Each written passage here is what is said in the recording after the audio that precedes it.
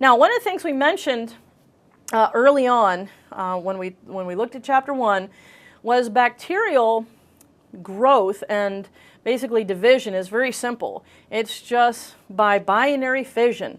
So if you look at the slide, you can see one bacteria, and we don't go through all the stages of mitosis and meiosis. We have one bacteria that starts to divide and make two bacteria.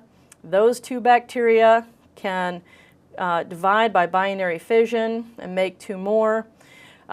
So they actually grow exponentially. You think about an E. coli cell that can do that every 20 minutes.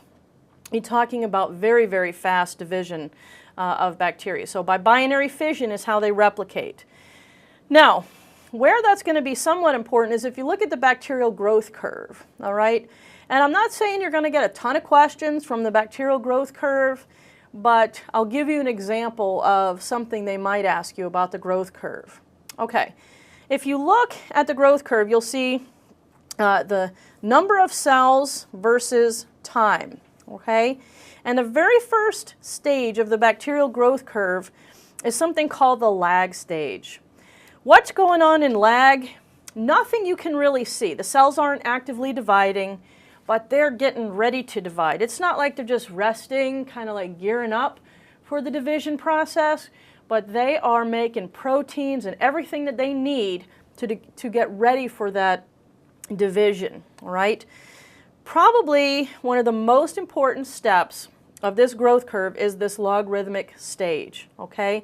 And why I'm saying that is because the bacteria are growing exponentially. So fast that really you can't even fathom how fast they're growing.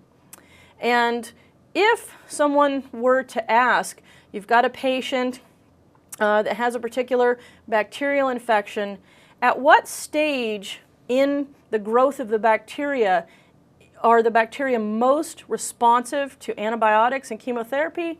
It's the logarithmic stage where they're actively dividing, okay? So that's how you can give the bacterial growth curve a little bit of clinical relevance. But other than that, you know, you're not really going to have to focus much on the curve. Once you hit stationary phase, about the same number of cells that are dividing are dying, so you really kind of level off there, and then most of the cells start to die and you hit the death phase. Okay, so that's really all there is to the growth curve. I wouldn't spend a whole lot of time on that.